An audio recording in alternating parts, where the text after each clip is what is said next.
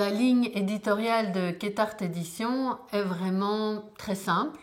Elle est motivée par l'envie de transmettre l'art, l'histoire de l'art et les techniques, la vie d'un peintre, ses chefs-d'œuvre, d'une façon ludique et éducative au plus grand nombre. Ayant fait l'histoire de l'art, étant guide au musée des Beaux-Arts ici à Bruxelles, donc je faisais des visites guidées avec les enfants, les écoles, les adultes. Il n'y avait pas de catalogue d'exposition il y a 20 ans pour les enfants de manière systématique.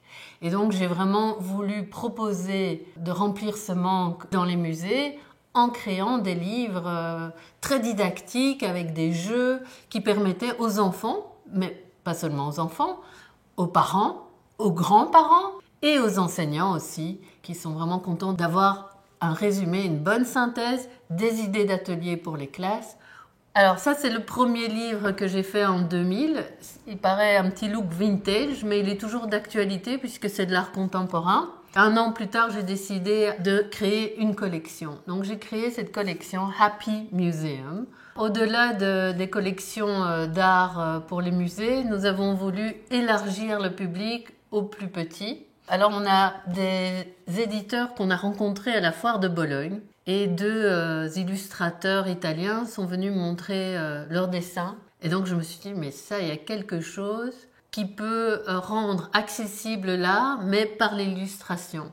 Et on a continué avec une série de livres, il y en a deux pour l'instant, Gustave Le Chat découvre Paris et Gustave Le Chat au pays des peintres.